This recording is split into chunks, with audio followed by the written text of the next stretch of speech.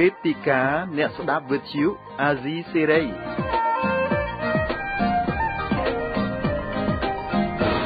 បាទសូមជម្រាបសួរលោកអ្នកនាងស្ដាប់ជាទីមេត្រីជាថ្មីម្ដងទៀត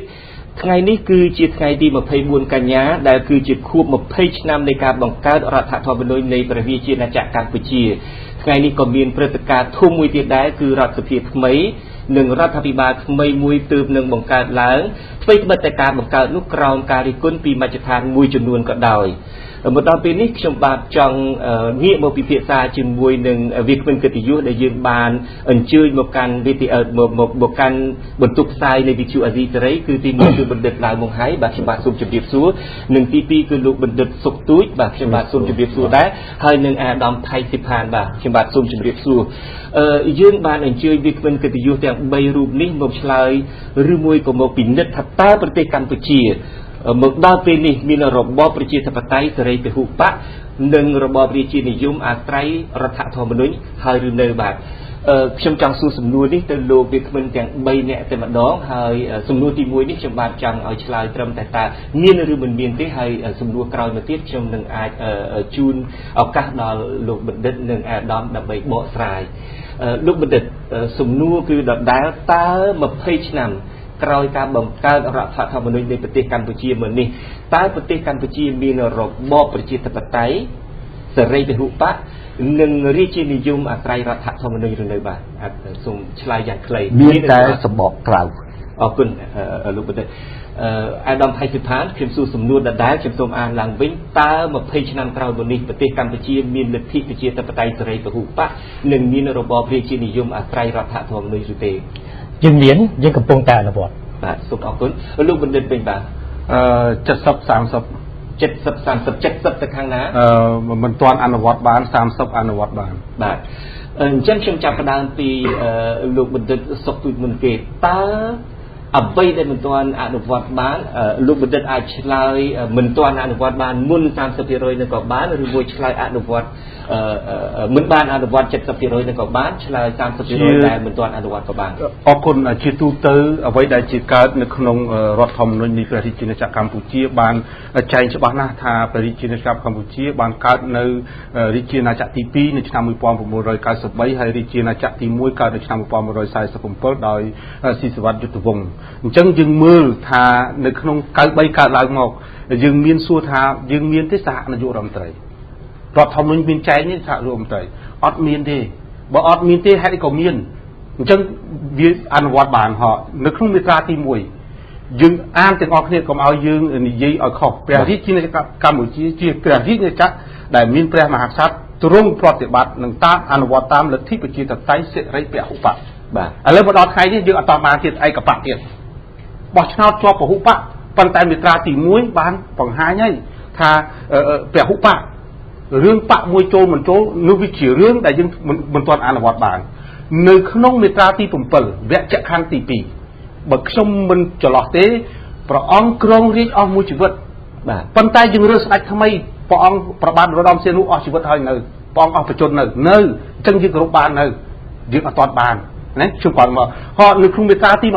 24មាត្រាទី23ព្រះអង្គជាអគ្គមេបញ្ជាការកងខេមរៈភូមិន្ទឥឡូវកងខេមរៈយ៉ាងណាជាអ្នកត្រួតត្រាបាទអាហ្នឹងដែលខ្ញុំចង់មានប្រសាសន៍តែយើងអនុវត្តបានហើយយើងអនុវត្តមិនទាន់បានហើយយើងអនុវត្តបានយើងអនុវត្តយ៉ាងម៉េចយើងបានបញ្ចប់សង្គ្រាមយើងបានអនុវត្តឧទាហរណ៍មានច្បាប់មួយចំនួនដែលធម្មតារដ្ឋាភិបាលពង្រៀងច្បាប់សភាឆ្នើច្បាប់ការពង្រៀងច្បាប់ជួនកាលច្បាប់ដែលពង្រៀងឡើងមកហាក់ដូចជាលឿនពេកឧទាហរណ៍ច្បាប់ឯកពន្ធភាពបង្កើតមកហើយបង្កើតមកអនុវត្តបានបើខ្ញុំមិនយល់ច្រឡំទេប្រហែលបានតែមួយឬក៏តែបុគ្គលមួយហើយស្រុកខ្មែរយើងពេញនៅរឿងហ្នឹងទី2ច្បាប់រឿងខ្មែរក្រហមតាំងពីឆ្នាំ1979មកដល់បច្ចុប្បន្នយើងទើបតែបង្កើតហើយបើយើងបង្កើតច្បាប់ហ្នឹងតែយើងងាកទៅមើលបង្កើតតុលាការខ្មែរក្រហមតែបើយើងយល់ថារបបហ្នឹងពិតជារបបបល័យពូជសាសន៍ឬក៏របបអក្រិតកម្មមនុស្សជាតិអញ្ចឹងយើងបង្កើតតុលាការខ្មែរក្រហមដើម្បីអីដើម្បីរកខុសត្រូវអញ្ចឹងកន្លែងហ្នឹងអ្វីដែលកើតបានហើយអ្វីដែលយើងមិនទាន់បានអញ្ចឹងយើងមើលកលេចទៅមើលមាត្រាទី8នៃរដ្ឋធម្មនុញ្ញព្រះរាជាណាចក្រកម្ពុជាព្រះអង្គជាអ្នកឯកភាពជាតិឥឡូវជាតិឯកភាពហើយនៅ ជាតិអត់ទាន់ឯកភាពទេយើងឃើញហើយកាលពីយើងមានកិច្ចព្រមព្រៀងទីក្រុងប៉ារីយើងឯកភាពជាតិយើងដោះស្រាយឲ្យមានខ្មែរគ្រប់ភាគី4ភាគីចុះហត្ថលេខាមានប្រទេស18ចុងក្រោយមានប្រទេសអាល្លឺម៉ង់ទៀត19ប្រទេសដែលជាប្រទេសហត្ថលេខាទទួលស្គាល់អញ្ចឹងយើងមានឯកភាពជាតិយើងបានប្រជុំអីចឹងមកអ្វីដែលបានសម្ដេចនាយករដ្ឋមន្ត្រីលោកមានប្រសាសន៍ថាតាមកលៈទេសៈរៀងរាល់ថ្ងៃ23 24ប្រជុំកោះប្រជុំសភានៅពេលក្រោយបោះឆ្នោតបើយើងក៏លេចមើលមាត្រាទី8ហ្នឹងជាតិអត់ទាន់ឯកភាពយើងមើលមាត្រាទី9នៅក្នុងរដ្ឋធម្មនុញ្ញខ្ញុំនឹងមិននេះទេគឺថាព្រះមហាក្សត្រទ្រង់មានតួនាទីដ៏ខ្ពស់ជាអាជ្ញាកណ្ដាលអញ្ចឹងព្រះអង្គជាអាជ្ញាកណ្ដាលព្រះអង្គត្រូវតែឈរដោះស្រាយឲ្យប្រទេសយើងមានឯកភាពមិនឈរខាងនេះព្រោះព្រះអង្គអត់ធ្វើនយោបាយព្រោះសារលើកទី1ដែលព្រះអង្គមុននឹងហៅអ្នកនយោបាយមកប្រជុំព្រះអង្គនិយាយថាម៉េចសូមឲ្យអ្នកនយោបាយព្រះអង្គអានច្បាស់ណាស់ថាឲ្យអ្នកនយោបាយរួបរวมគ្នាសាមគ្គីគ្នាដោះស្រាយដោយសន្តិវិធីនេះគឺជាសារដែលព្រះអង្គឈរនៅគង់នៅកណ្ដាលជានិមិត្តរូបនៃកណ្ដាលនេះគឺជាការពិតដែលយើងត្រូវទទួលយកប៉ុន្តែសារដដែលមិនទាន់បានសារពលាផងនៅតាម Facebook បង្ហោះពេញនៅក្នុងលំហអាកាសតែយើងឃើញមានព្រឹត្តិការណ៍មួយកើតឡើងអញ្ចឹងហើយបាទខ្ញុំថាហេតុអីបានជាអ្នកនយោបាយឈ្នះបកគោណាឈ្នះតែអ្នកចាញ់គឺប្រជាជនដោយសារអត់គ្រប់ធម្មនុញ្ញហ្នឹងហើយដែលធ្វើឲ្យប្រជាជនកម្ពុជាចាញ់មកក្រុមទៅស្បត់នៅអង្គរទៅមកក្រុមស្បត់នៅទីក្រុងភ្នំពេញទៅបកគោណាគាត់ទៅឈរមកខាងទៅបើបកគោណាយល់ថាជាអ្នកកណ្ដាលព្រះអង្គអត់ទៅសៀមរាបក៏អត់ទៅចូលទៅក្នុងអដែងនេះក៏អត់ចូលរដ្ឋសភាក៏អត់ចូលព្រោះព្រះអង្គនៅកណ្ដាលអញ្ចឹងតើសួរថារដ្ឋធម្មនុញ្ញចែងមកគឺច្បាស់កន្លែងទាំងអស់គ្នាអានេះដែលយើងខ្ញុំគាត់តែរដ្ឋធម្មនុញ្ញក៏អនុវត្តបានដែរអនុវត្តយ៉ាងម៉េចអនុវត្តដូចជាយើងសេរីពហុបកក្នុងការសិទ្ធិអីហ្នឹងគឺថាប្រជាជនមានសិទ្ធិថាមានប៉ុស្តិ៍វិទ្យុមានសារព័ត៌មានជាច្រើនបើយើងប្រៀបធៀបទៅនឹងប្រទេសជិតខាងយើងថាប្រទេសកម្ពុជាមានសេរីភាពក្នុងការបញ្ចេញយោបល់ឧទាហរណ៍ដូចជារូបខ្ញុំនេះជាផ្ដើមហ្នឹងគឺថាអាចចេញយោបល់បានអញ្ចឹងថាមានដោយកម្រិតដែរបាទប៉ុន្តែបើប្រៀបធៀបនៅក្នុងសហគមន៍ប្រជាជាតិអាស៊ីអាគ្នេយ៍ខ្មែរយើងហាក់ដូចជាខ្ពស់ជាងគេនៅក្នុងការបញ្ចេញដូចថាយើងមើលទៅវៀតណាមទៅមើលទៅសិង្ហបុរីមើលទៅឡាវប្រទេសទាំងអស់នេះអត់អាចចេញបានទេសូម្បីតែ Facebook ហ្នឹងឬក៏ចង់ទៅនេះវាអត់បានប៉ុន្តែវាក៏មានកន្លែងខ្លះដែលមិនទាន់អនុវត្តបាននិងកន្លែងខ្លះដែលអនុវត្តបានប៉ុន្តែរឿងធំឧទាហរណ៍ខ្ញុំកលេចមកមួយទៀតនៅឆ្នាំ1998ក្រោយពីព្រឹត្តិការណ៍កើតឡើងយើងមានទេរដ្ឋធម្មនុញ្ញព្រឹទ្ធសភាមានទេអត់មានទេយើងបង្កើតស្ថាប័នមួយទៀតដើម្បីរឿងយើងមើល2003ពេលជាប់កាំងមានទេបោះឆ្នោតជាកញ្ចប់អត់មានទេប៉ុន្តែហេតុអីក៏បានមកក្រោយមកទេតែយើងវិសោធនកម្មឲ្យទៅជាបោះឆ្នោតជាកញ្ចប់យើងមើលមាត្រាទី119បានចែងច្បាស់ណាស់គណៈបកដែលឈ្នះឆ្នោតមិនមែនគណៈបកដែលមានចំនួនអាសនៈច្រើនជាងគេពីរនឹងខុសគ្នាគណៈបកដែលឈ្នះឆ្នោតអាណត្តិនេះមាន2គឺគណៈបកប្រជាជននិងគណៈបកសង្គ្រោះជាតិដូច្នេះយើងមើលមាត្រាទាំងអស់ហ្នឹងហើយយើងយល់ថាកន្លែងខ្លះដែលអនុវត្តបានកន្លែងខ្លះអនុវត្តបានដូចជាព្រះអង្គគង់ជាអធិបតីនៃកងខេមរៈភូមិន្ទមកដល់ថ្ងៃនេះយើងទើបតែរៀបបោះឆ្នោតទេយើងរៀបចំច្បាប់ហ្នឹងអញ្ចឹង20ឆ្នាំទើបតែរៀបអនុវត្តអត់បានទេអញ្ចឹងកន្លែងហ្នឹងខ្ញុំហ៊ាននិយាយថាអនុវត្តបានហើយកន្លែងអីដែលមិនបានបាទសូមអរគុណលោកបណ្ឌិតសូមអញ្ជើញអាដាមថៃពិផានម្ដងអាដាមថាប្រទេសកម្ពុជាមានរបបប្រជាធិបតេយ្យសេរីពហុបកមានរបបរាជានិយមអាស្រ័យរដ្ឋធម្មនុញ្ញសូមអញ្ជើញអាដាមមានភស្តុតាងបញ្ជាក់ដើម្បីគ្រប់គ្រងនៅអ្វីដែលអាដាមបានអះអាងបាទសូមថ្វាយបង្គំព្រះថេរានុព្រះព្រះអង្គក៏ដូចជាប្រជាពលរដ្ឋដែលកំពុងតែតាមដានវិទ្យុអាស៊ីសេរីហើយក៏សូមថ្លែងអំណរគុណដែរចំពោះដែលកងអាជ្ញាធរគ្រប់ជាន់ថ្នាក់ដែលផ្ដល់ឱកាសសម្រាប់យើងមានសន្តិភាពរក្សាសណ្ដាប់ធ្នាប់រហូតដល់យើងមានពេលកំពុងតែជ័យគ្នានេះហើយជាសិទ្ធិសេរីភាពមួយដែលយើងកំពុងតែអនុវត្តនៅអ្វីដែលថាដែលសេរីប្រជាធិបតេយ្យសេរីហើយយើងឃើញថានេះជាវប្បធម៌បន្ថែមថ្មីមួយទៀតសម្រាប់ដែលបានបញ្ចូលមកដល់កម្ពុជាហើយខ្ញុំថាយើងមាន យើងមានលទ្ធិប្រជាធិបតេយ្យសេរីពហុបកហើយយើងកំពុងតែអនុវត្តរបស់អស់ហ្នឹងមិនមែនមកជប់យើងឲ្យខ្លាយទៅជា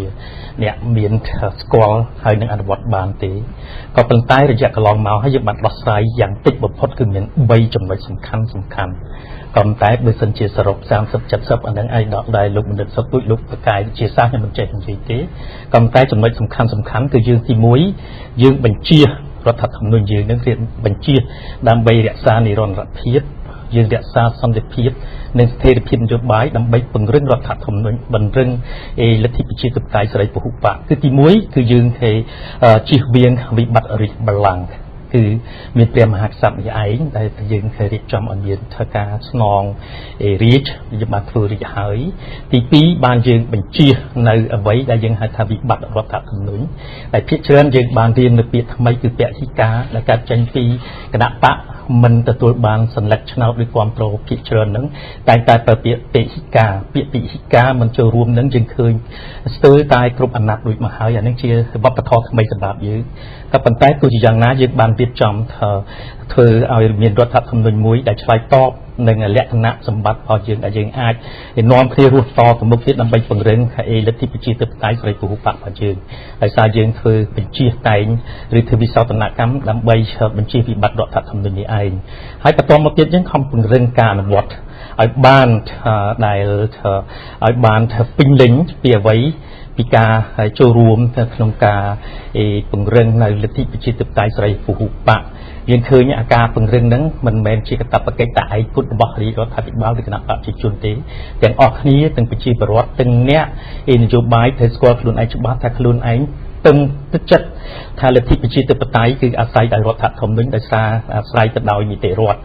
យើងមិននឹកស្មានថាគ្រាន់តែយើងចាញ់ឆេសន្លឹកឆ្នោតយើងនាំគ្នាធ្វើព្យុះធ្វើផ្គរទៅបង្កើតការជួបជុំគ្នានៅក្រៅពីអ្វីដែលមិនដែលមានសោះនៅក្នុងច្បាប់នៅក្នុងរាជាណាចក្រកម្ពុជារហូតដល់វាប្រហារទៅដល់ព្រះមហាក្សត្ររហូតដល់បកស្រាយច្បាប់នឹងទៅតាមមនោសញ្ចេតនារបស់ខ្លួនខ្វះការទទួលការខុសត្រូវចំពោះច្បាប់នេះឯងអានេះហើយជាវត្តធម៌ថ្មីមួយទៀតសម្រាប់យើងទាំងអស់គ្នាយើងបានចាប់ផ្ដើមយើងកំពុងតែត្រូវរីកពិចារណារៀនបដើអនុវត្តបដើហើយយើងក៏អរគុណដែរចំពោះហើយបណ្ឌិតទាំងឡាយទាំងពួងទាំងអ្នកចូលរួមមតិហ្នឹងយើងរៀនទាំងអស់គ្នាគ្មានអ្នកណាចេះមកពីណាហើយរដ្ឋតែអ្វីដែលជាលទ្ធិប្រជាធិបតេយ្យនេះគឺជាលទ្ធិប្រជាធិបតេយ្យរបស់កម្ពុជាសុទ្ធសាធមិនមែនដឹកមកពីសហរដ្ឋអាមេរិកមិនមែនដឹកមកពីសហព័ន្ធអឺរ៉ុបឬក៏ដឹកមកពីណានេះទោះបីជាបណ្ឌិតទាំងអស់នឹងមកពីគ្រប់ជ្រុងជ្រោយយ៉ាងណាក៏ដោយក៏ប៉ុន្តែយើងឃើញហើយ 90% នៃប្រជាពលរដ្ឋរបស់យើងនឹងលោកជាប្រជាពលរដ្ឋខ្មែរលោកមានវប្បធម៌ខ្មែរលោកចង់បានរបៀបខ្មែរដូច្នេះហើយកំពុងតែមានការពិសោធន៍មួយហើយយើងឃើញថាការពិសោធន៍នឹងមានជួបនឹងគ្រប់ជ្រុងជ្រោយទាំងអស់តាំងវិស័យព័ត៌មានវិស័យរដ្ឋបាលវិស័យអីទាំងអស់យើងជួបទាំងអស់គ្នារហូតទៀងកាលរហូតដល់យើងមើលមុខគ្នាមិនត្រង់ដោយសារយើងចង់បានលទ្ធិប្រជាធិបតេយ្យហើយសេរីដូច្នេះអ្វីដែលខ្ញុំបានដឹងបានរៀនពីសហរដ្ឋអាមេរិកមកហ្នឹងគឺរាល់សេរីភាពទាំងអស់ត្រូវតែស្ថិតនៅក្នុងការទទួលខុសត្រូវចំពោះមុខច្បាប់ទាំងអស់គ្នាបាទសូមអរគុណខ្ញុំសូមចុំបន្ថែមបន្តិចដើម្បីឲ្យនេះខ្ញុំកន្លែងនេះពូកន្លែងនេះវាប៉ះពាល់ទៅក្នុងរាជបល្ល័ង្កហើយជៀសវាងការឆ្លោយដាក់តាណាខ្ញុំសូមអានហើយមិនមែនអនាគតភាពទេព្រះមហាក្សត្រកម្ពុជាទ្រង់គ្រងរាជសម្បត្តិប៉ុន្តែទ្រង់មិនកាន់អំណាចឡើយវគ្គខណ្ឌទី1វគ្គខណ្ឌទី2ព្រះមហាក្សត្រទ្រង់ជាប្រមុខរដ្ឋអស់មួយជីវិតហេតុអីបានគេចងកន្លែងហ្នឹងពីព្រោះធ្លាប់មានស្ដេច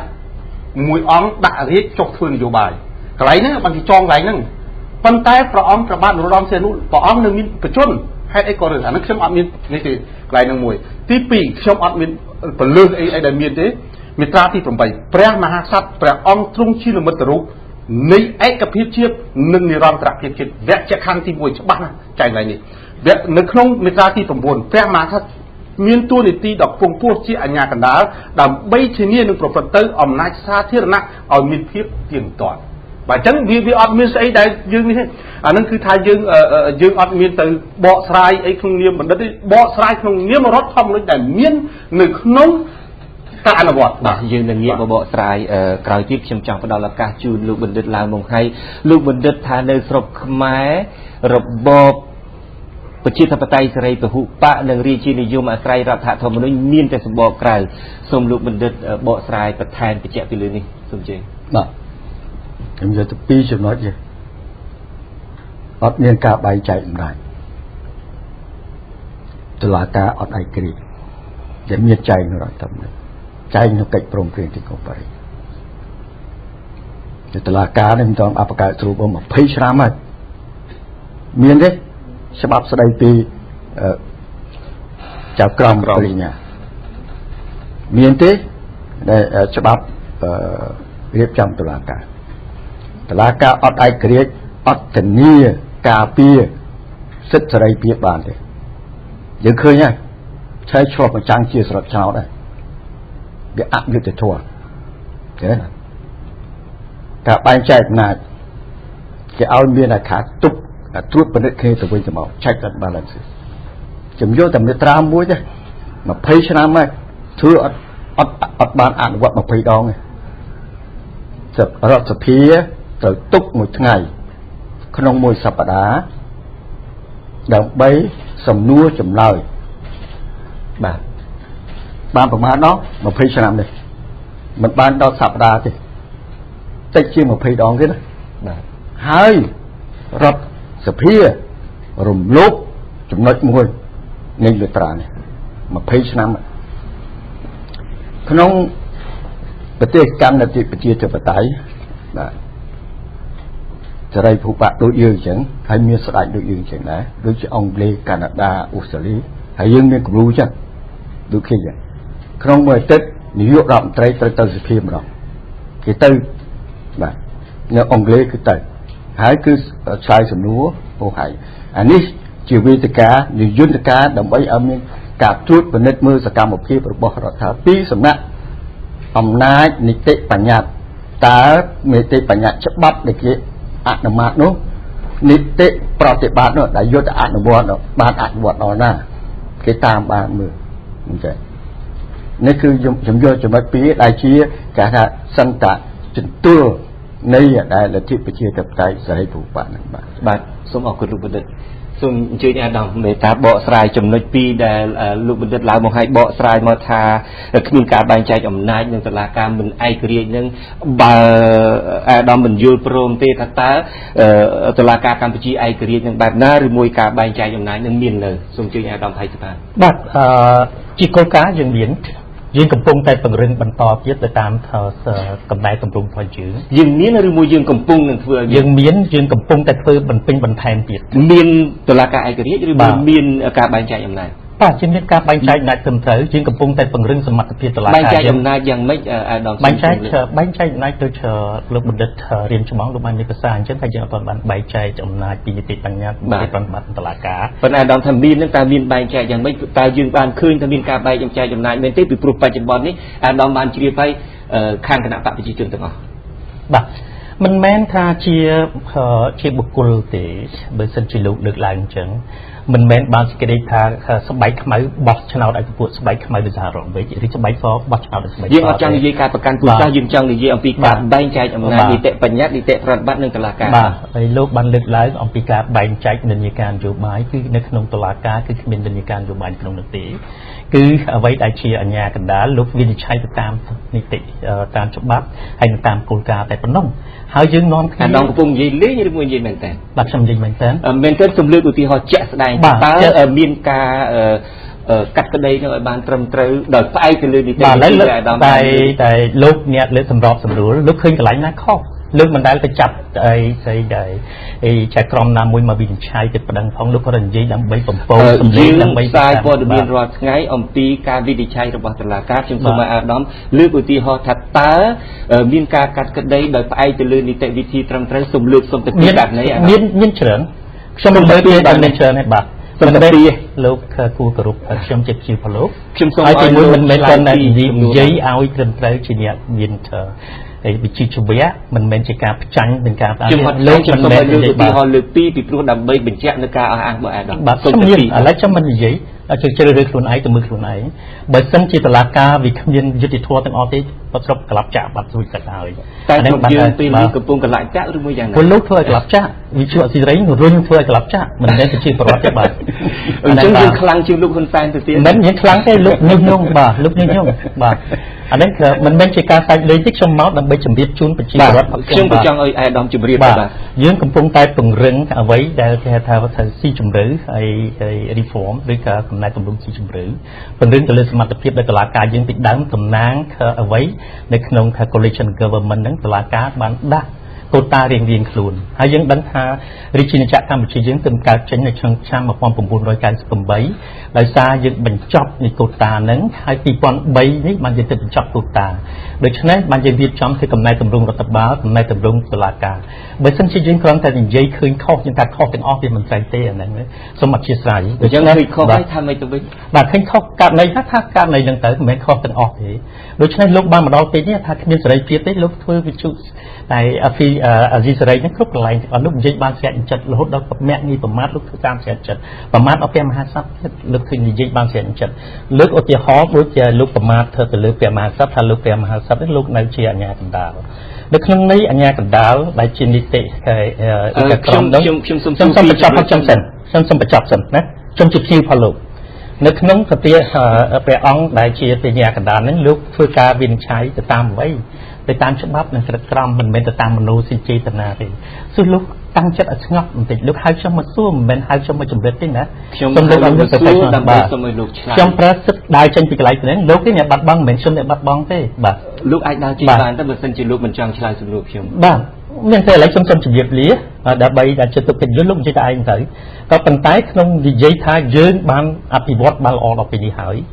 ទាំងអ្វីដែលយើងនិយាយអំពីលទ្ធិប្រជាធិបតេយ្យសេរីពហុបក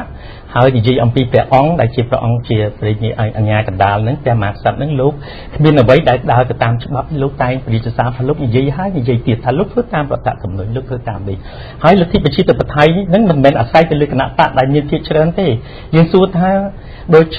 ដែលរៀមច្បងលោកមានប្រសាសន៍ថារដ្ឋសភាយើងបានធ្វើកិច្ចការរបស់ខ្លួនទេយើងសួរថាគណៈបកប្រឆាំងឬគណៈបកភាគតិចនៅក្នុងសភានឹងលោកបានប្រកបកាតព្វកិច្ចផលលោកដែលជាលោកលើកសំណួរទៅរាជរដ្ឋាភិបាលក្នុងមួយខែបានប្រមាណដងសួរខ្លួនឯងទៅ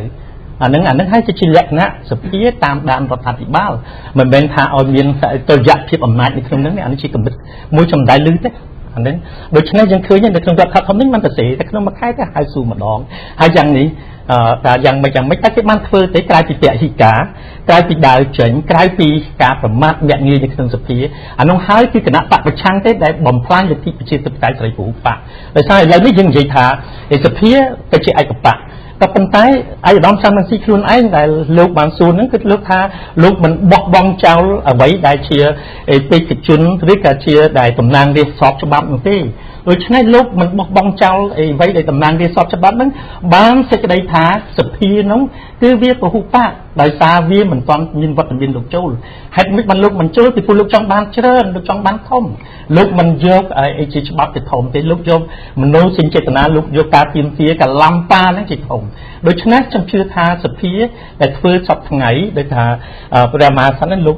ធានាធ្វើម៉េចដើម្បីឲ្យអំណាចសាធារណៈហ្នឹងឲ្យទៅបានទៀងទាត់ហើយសឹមតែទៀតទៀងទាត់ដូច្នេះទៀងទាត់នេះមានន័យថាដល់ថ្ងៃទៅនិយាយដល់ថ្ងៃទៅធ្វើអានេះជាពុទ្ធរាជកិច្ចអត់មានបើមិនជាលោកមិនធ្វើលោកថាត្រូវពជាដូច្នេះមហាក្សត្រយើងថាលោកមិនទៅក្រុមសម្ពាធណាមួយទេលោកអត់ទៅទៅមើលហើយតែមហាក្សត្រសុំឲ្យគណៈបកទាំងពីរនិយាយនៅក្នុងសភាមិនមែនឲ្យមកពីរដ្ឋទៅនៅសៀមរាបហើយទៅតតាំងទៅប្រកាសទៅដែលអ្វីដែលគេហៅថាបដកម្មយើងដឹងហើយគាត់លើកនិយាយអំពីឆន្ទៈមហាជនឆន្ទៈមហាជនបោះឆ្នោតឲ្យគាត់ទៅអង្គុយសភាមិនមែនបោះឲ្យឆ្នោតឲ្យគាត់ទៅធ្វើជាឧទាមឬក៏ជាមេបដកម្មនោះទេគឺមិនមែនអញ្ចឹងទេឲ្យគាត់ចូលទៅសភាដោះស្រាយនយោបាយនៅក្នុងសភាមិនមែនដោះស្រាយនៅនយោបាយនៅតាមអញ្ចឹងខ្នល់ទេអានេះថាយោបល់ខ្ញុំបាទសូមជម្រាបប៉ុណ្ណឹងសូមអរគុណប៉ុន្តែខ្ញុំបានសួរសំណួរអាដាម2សំណួរពីព្រោះលោកបណ្ឌិតបានចោទថាការដែលមានតែសម្បកក្រៅគឺដែលហេតុថាតុលាការមិនឯករាជ្យនិងមានការគ្មានការបែងចែកអំណាចសូមអាដាមឆ្លើយយ៉ាងខ្លីហើយឆ្លើយឲ្យចំសំណួរយើងកំពុងតែពង្រឹងនីតិរដ្ឋដោយសារការបែងចែកអំណាច nâng mình bên còn cả tế bị ban phim tế cái tham mình nước sẽ biên ai smart đấy hay nâng cao được cuộc họp thành cua tại vì chi chuẩn bị là bỏ phật luôn những cùng phong tay phần rừng tam và dạ cầm này cùng rong này ai những khơi những chuột bởi sân chỉ dân mình chuột rừng nâng dân mình thôi cầm này cùng rong tế đối với cầm này cùng rong nâng hái đã dân khơi là hốt đã dân việc trong ban thầy chạy crom mà phi tam nhéแต่จะตัวมันตัวทางเป็นนิจกรรมทางใจกรรมเป็นนิจกรรมยิ่งปุ่งแต่เป็นเรื่องบรรทอเป็นแทนเตียยิ่งดังยิ่งจูดดังไออัตกรรมแม้นก็เป็นไปยิ่งมันเด็กยิ่งมันบอกเจ้าบองเจ้า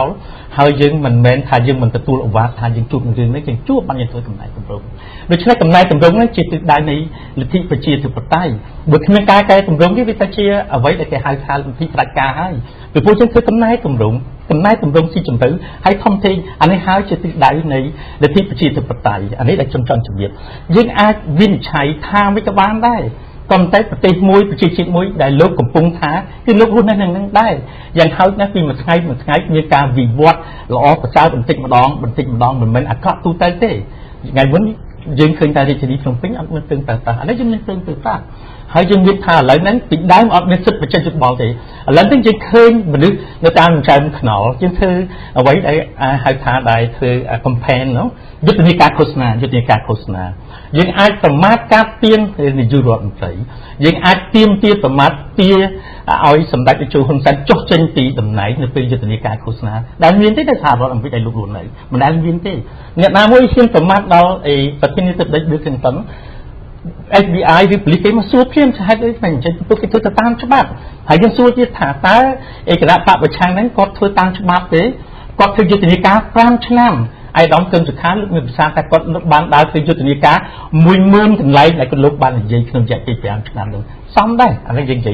โดยเฉพาะชีวิตการนี้สมพลังมาคุณเรากองประดับอาวุธพอยิงชีพพิเศษออกมาหาจนชีพพอยิงได้ลูกตั้งคำติดพูดดังใบเรียซาไอ้สันดับของเรียซาไอ้สันตะเพียบสเตอร์เพียบจุดใบดังใบยิงอภิวัตต่อแต่ที่ดังใบเอาชายท็อปในสนองโปรดินคลุนโดยที่ไอ้ดองซังหลังซีลูกจำสุดซาไปเรื่องไอ้สเปียได้เมียนที่ได้สำหรับแกมาสนาได้เจอหุ่นแสนได้เมียนที่เลือกที่พบลูกเนี่ยบัดเช้าจังเก้ให้ทีมตีจะสเปียติดออกปีมวยทั้งมาพิพิธมันปราดใดสำหรับถ้าไล่จึงน้องมีประกาศกระทำการยังน้องที่ตัดใจมันสเปียให้ด้วยมันได้มันมองยึดตัดใจแต่ใจจังสมัยแกมหาสนาได้เจอหุ่นแสนจังบางประเทศสเปียจังบางนี่จังบางรู้ว่าอันนี้ชื่ออ่อมเติมมวยแต่จุนทายเยอะชันเตะมหาชนเจตมเพราะเป็นใต้ชันเตะมหาชนเจตมนั่นคือจังไอ้ล้วนตั้งกุยในสเปียโดยเฉพาะเดวิดชันเดอร์นั่นก่อนจะชันเตะว่ามหาชนนั่นคือว่าชนะดังใบเอาออนโลกได้แต่ตัวจดชนะตั้งกุยสเปียดังใบถือฉบับดังใบต่อตั้งจมูกในขณะปะดังเมียนสลิงพิเชนนั่นมันเป็นออนโลกแต่คือปฏิกรรมดังใบบอมพลายเทเลเปียบบอมพิษบอมผีแต่ตามจำนวนออนโลกไอ้ลูกจังโยเชี่ยมจีบหรอก่อนแต่ชีชนวนไม่ทำไมจะตั้งนานคือแต่พนังแบบดอมชลายเวงนะได้ชมสูตรปีมัดสมรู้นี่เอาได้ชลายจำสมรู้ซะลูกบันทึกลาโมให้ตาไว้ได้ดอมไทยสิพาบอกสไลด์นั่นลูกบันทึกดับบานให้ยืดยังไม่ได้เริ่มจำทำเมียนที่เขาตาในยุครำไรได้ชลายหนึ่งสมรู้หนึ่งสุพีนั่นนะแบบประมาณดองให้แบบขนมเพชรน้ำกดเนี่ยแบบใช่ช่วงสมเด็จจูนค่ะยังเขานะยังเคยเชิญปีอยากลองมาคือสมัยแกมาสนับได้จูนแสนก็เฉลยหายชลายตามอัตบอสยืนบันฝืนจิตมารอยอัตบอสชลายของการนากิทัดตุกมวยไงมวยสับปะดาขนมมวยสับปะดาดังใบสมรู้จุ่มเลยchứแกเอาปีแต่ชายฉลองตามกับยี่แหละซอนั่งไปเติมเชิงบางจังนี่làตัวเซนั่นมาไงจมูกเคลียอย่าไม่มาเจ็บยืนเติมจังเต้คือในได้ขนมประปวนจีตปไตยระบบสปีนั้นแบบคือจีเรื่อยเหมือนmột ngày không mà tếtนั้นcứ làยุโรปได้คือจะใช้ในสมุนมามุนคือใช้มุนนะกล่าวจังแต่ให้จบไปคือจบได้ให้ใช้สับดากล่าวมาเทียนมาใช่แบบมาบอกcáiอัดเมียนบอดจะเมียนในขนมสกเต้คือนั้นคือได้เมียนได้ปปันยุได้จุนุจังแต่ให้นึกกล่าวปีได้รัฐมนตรีหรือรัฐเลขาธิการให้นึกไอ้สระจุนในเตี้ยแบบนั่นคือหาวิจัยแบบสู้หรือจะกับขนมกันได้คณะกรรมการบทสเปียหรือบัวสเปียเป็นอ่องใช่อันนั้นคือดำเนินการใน លទ្ធិប្រជាធិបតេយ្យចរិតភូបៈរបបសភាបាទយើងនេះរបបសភាបាទអាដាមធ្លាប់រស់នៅថាក្នុងប្រទេសកាន់លទ្ធិប្រជាធិបតេយ្យរបបប្រធានាធិបតីបាទនឹងខុសគ្នាខ្ញុំធ្លាប់នៅរបបសភាហ្នឹងឯងបាទហើយមានស្រេចទៅទៀតបាទខ្ញុំសូមឆ្លើយទៅពីការ96ឥឡូវយើងគុំនិយាយតែមនុស្សចេតនាយើងនិយាយច្បាប់ទៅវិញបាទតំណាងរាស្ត្រមានសិទ្ធិដាក់សំណួរដល់រាជរដ្ឋាភិបាលសំណួរនេះត្រូវសរសេរជាលិខិតអក្សរប្រគល់ជូនតាមរយៈប្រធានរដ្ឋសភាចម្លើយអាចធ្វើឡើងដោយរដ្ឋមន្ត្រីមួយរូបឬច្រើនរូបអាស្រ័យដោយបញ្ហាដែលបានចោទឡើងពាក់ព័ន្ធនឹងការទទួលខុសត្រូវរបស់រដ្ឋមន្ត្រីមួយរូបឬច្រើនរូបបើបញ្ហាពាក់ព័ន្ធដល់នយោបាយទូទៅរបស់រាជរដ្ឋាភិបាលនាយករដ្ឋមន្ត្រីត្រូវឆ្លើយផ្ទាល់ខ្លួនចំណែករបស់រដ្ឋមន្ត្រីឬនាយករដ្ឋមន្ត្រីអាចធ្វើដោយផ្ទាល់មាត់ឬសរសេរជាលិខិតអក្សរអានេះយើងបានធ្វើមិនមែនថាយើងមិនបានធ្វើយើងបានធ្វើខ្ញុំជឿថាយើងបានឆ្លើយឆ្លងជាលិខិតចិត្តជាង100នៅក្នុងរយៈពេលឆ្នាំចុងក្រោយនេះហើយអានេះជាកាតព្វកិច្ចអ្នកស៊ូអ្នកចាប់អ្នកស៊ូគឺតំណាងរាស្ត្រហើយតំណាងរាស្ត្រភាគច្រើនគឺគណៈបកប្រឆាំងដែលលោកមិនអនុវត្តនៅកាតព្វកិច្ចរបស់លោកគ្រាន់តែបានធ្វើយុទ្ធនាការឃោសនាជាជាងធ្វើយុទ្ធនាការតតាំងដើម្បីការពារផលប្រយោជន៍ផលទៀតហើយខ្ញុំសង្ឃឹមថានេះនៅក្នុងអាណត្តិនេះបើសិនជាលោកយកទីក្រុងសៀមរាបគ្រាន់តែដើរទៅធ្វើបន់មិនបានទទួលខុសត្រូវចំពោះឲ្យសិលឹកឆ្នោតនៃប្រជាពលរដ្ឋទេគឺថាលោកមិនបានធ្វើកាតព្វកិច្ចរបស់លោកនៅក្នុងរដ្ឋសភាទេហើយលោកមិនបោះបង់ចោលអ្វីដែលជាសិទ្ធិនៃការជាប់ឆ្នោតរបស់លោកហើយលោកទៅចោទថាសភានេះក៏ឯកបកហេតុដូចម្តេចអញ្ចឹងអានេះខ្ញុំគួរឆ្ងល់ហេតុដូចម្តេចអញ្ចឹងអានេះជាចម្លើយរបស់ខ្ញុំសូមអរគុណបាទខ្ញុំសូមបន្ថែមបាទលោកអាយដាមអត់បានអានទៅដល់ចំណុចហ្នឹងបាទបាទចិត្តចុងក្រោយដែលមិត្រាហ្នឹងបាទគេចែងថាយ៉ាងម៉េចរដ្ឋសភាកំណត់ទុកពេលមួយថ្ងៃក្នុងមួយសប្តាហ៍សម្រាប់ការសួរសំណួរការឆ្លើយសំណួរបាទចា៎ហ្នឹងគឺនៅអង់គ្លេសហៅ question time បាទគឺដែលថានេះ question time ពេលសម្រាប់ឆ្លើយបាទសំណួរឆ្លើយបាទចា៎អញ្ចឹងលើក្រោយបងប្អូនណាគឺឆ្លាប់ទៅសម្បត្តិអាយុហ្នឹងក៏កញ្ជើញទៅបាទគឺដែលមានតែឯកទេសទេតែគាត់ណាបាទ5ម៉ោងជាងនេះបាទចា៎ហើយគឺគេចង់ដាក់សំណួរមកវិញហ្នឹងគឺចប់ទៅបាទនោះហើយគឺអានេះតោះណាចុះជំរាបជូនថាអាចារ្យចប់ហ្នឹងតើអ្នកណាจะទៅការបន្តពីព្រោះគាត់ចង់ឲ្យគេបញ្យល់សម្ដេចចក្រមហាសេនាបតីជួនសាច់លោកទៅបញ្យល់តាំងពីករហូតដល់អក៏តែទោះជាយ៉ាងណា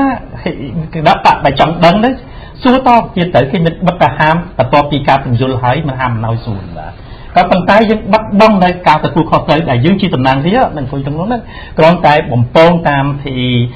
លោកធារកាសតាមព័ត៌មានដើម្បីយកគ្រាន់ថាជាមនុស្សម្នាក់នេះប្រជាប្រិយតែប៉ុណ្ណឹងមិនមែនជាមនុស្សម្នាក់ធ្វើការបង្ហាញប្រជាពលរដ្ឋទេដូចយើងយកចូលឆន្ទៈឥឡូវហ្នឹងយកឆន្ទៈប្រជាពលរដ្ឋដើម្បីមកបោកប្រាស់ប្រជាពលរដ្ឋថាខ្លួនទៅធ្វើតាមឆន្ទៈប្រជាពលរដ្ឋ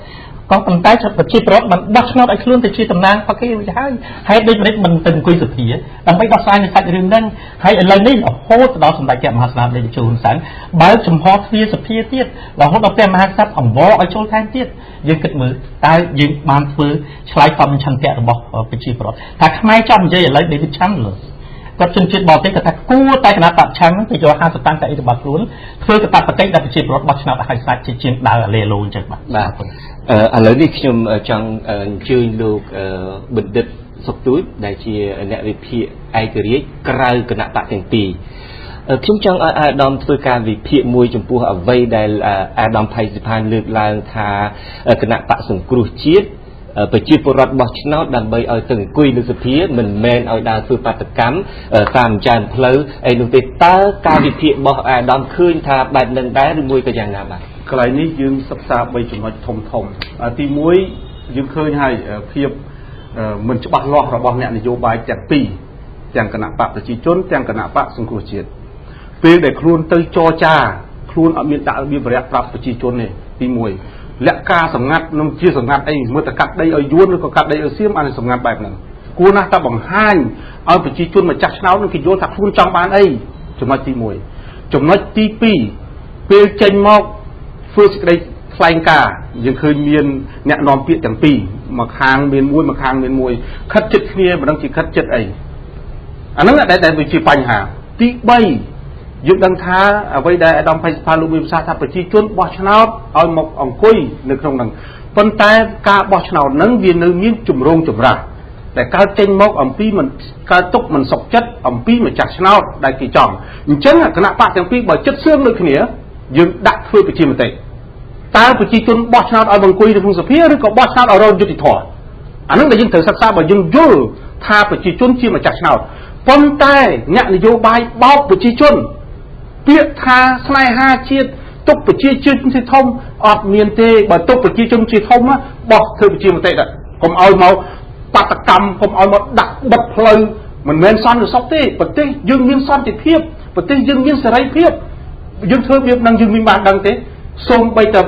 អ្នកដែលនៅក្នុងនោះមិនបានទៅរកបាយញ៉ាំមិនរកអ្នកផ្សារយកលក់មកកុំភ្លេចណាយើងមានលុយដាក់ធនាគារណាប្រជាជនមានលុយទិញត្រីយកមកលក់នឹងប្រវេដើមដើម្បីយកត្រីទៅទៀតចុះឲ្យលក់ត្រីអត់ដែរអ្នកណាអ្នកចេញខាតជូនប្រជាជនដែលគាត់រកចំណូលតែ$1ក្នុងមួយថ្ងៃ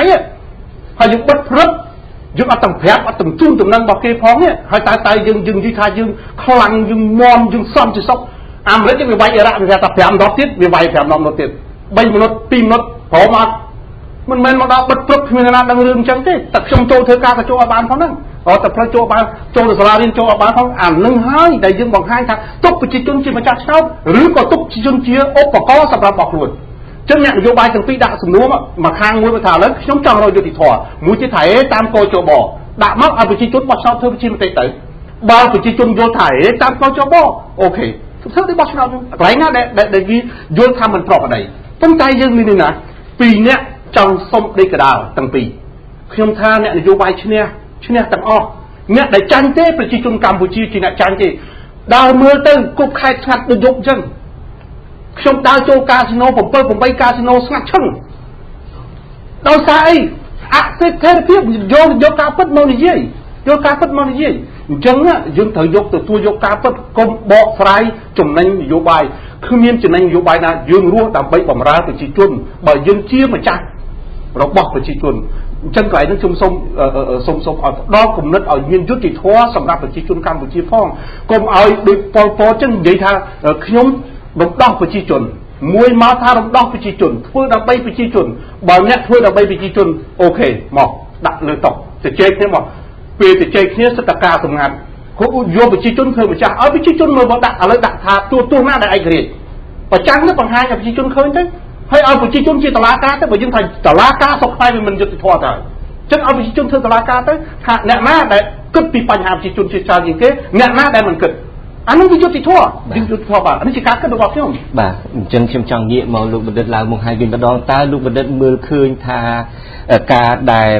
គណៈបកសង្គ្រោះជាតិទាមទាររកយុត្តិធម៌នេះហើយមិនទាន់ទៅអង្គុយក្នុងសភានេះគឺយ៉ាងម៉េចដែរលោកបណ្ឌិត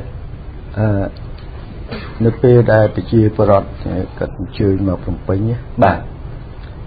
ខ្ញុំបានទៅស្ដាប់ខ្ញុំបានទៅសាកសួរអីខ្លះទៅបាទមិនច្រើនទេប៉ុន្តែប្រហែលជាបានខ្លះច្រើនដែរបាទរឿងគណៈបកគាត់គ្រប់គ្រងនឹងមិនចូលទៅសភាហ្នឹងគឺខ្ញុំឮសូរប្រជាពលរដ្ឋសុំកុំឲ្យចូលបាទ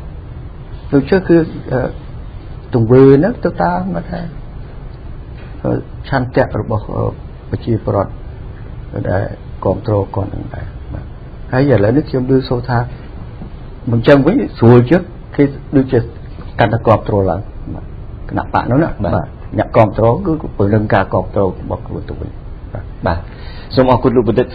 ខ្ញុំចង់ងាកមកលោកអាដាមថៃសិដ្ឋានម្ដងខ្ញុំមិនដឹងថាការចុះនៅលើទំព័របណ្ដាញសង្គម Facebook នឹងប្រកាសជាអាដាមមែនឬមួយមានអ្នកខ្លាយបន្លំទេប៉ុន្តែខ្ញុំបានអានថាដែលចេញពី Facebook របស់អាដាមម្ដងតែម្ដងគឺថាគណៈបកសង្គ្រោះជាតិនឹងការដែលពួកគាត់ទៅធ្វើពិធីសច្ចាប្រណិធាននៅមុខប្រាសាទអង្គរវត្តនឹងគឺជាការធ្វើរដ្ឋប្រហាររដ្ឋធម្មនុញ្ញតើអានឹងជាសម្ដីអាដាមពិតឬមួយមានអ្នកបន្លំទេអាដាមសម្ដីរបស់ខ្ញុំពិតតើអាដាមបកស្រាយយ៉ាងម៉េចដែរដែលគាត់ទៅធ្វើសច្ចាប្រណិធាននឹងហៅថាជាការធ្វើរដ្ឋប្រហាររដ្ឋធម្មនុញ្ញបាទសូមអរគុណមុនចាប់ផ្ដើមចូលលើខ្ញុំសូមឆ្លើយទៅបណ្ឌិតសុកទូច ដោយសារខ្ញុំអត់មានជាអ្នកបណ្ឌិតទេដែលលោកតែនិយាយហើយនិយាយទៀតអំពីអ្វីដែលទៅប្រជាមតិខ្ញុំចង់ដឹងតើនិយមន័យប្រជាមតិគេធ្វើនៅពេលណាធ្វើរបៀបអីពីពួកខ្ញុំមិនដឹងថាលោកយល់ពីប្រជាមតិរបៀបម៉េចខ្ញុំក៏ចង់ដឹងរៀនជាផ្សេងចែករំលែកដល់មហាជនផងយើងឲ្យលោកយល់ពីប្រជាមតិឯចំណែកដែលខ្ញុំបានលើកឡើងរដ្ឋធម្មនុញ្ញដែលប្រហាររដ្ឋធម្មនុញ្ញយើងឃើញថាទី1សុឆន្ទៈរបស់សម្ដេចព្រះមហាសេនាបតីតេជោហ៊ុនសែនមកទឹកក្រោយមកពីការរាប់សន្លឹកឆ្នោតឃើញថាសម្ដេចហ៊ុនសែនលោកលើកឡើងចំនួន3ចំណុចបង្កើតគណៈកម្មការចម្រុះដោះស្រាយពីរឿងភាពមិនប្រក្រតីគណៈកម្មការចម្រុះដើម្បីរៀបចំក្បាលម៉ាស៊ីនបន្ទាប់មកបណ្ដោះស្រាយបានទេសូមឲ្យលោកចំហជួបនឹងអាដាមសំរងស៊ីនឹងលើកទី1សុឆន្ទៈលើកទី1ហើយលើកទី2សុឆន្ទៈទី2បន្ទាប់ពីបានទៅទទួលលិខិតអញ្ជើញដើម្បីឲ្យចូលរួមប្រជុំនៅរដ្ឋសភាគណៈបព្វជិជនទទួលបាន68សន្លឹកលិខិតរាជលិខិតអញ្ជើញហើយ55លិខិតរបស់ដែលអញ្ជើញបានធ្លាក់ទៅដល់ដៃអាដាមសំរងស៊ីដើម្បីអញ្ជើញចូលទៅក្នុងសភា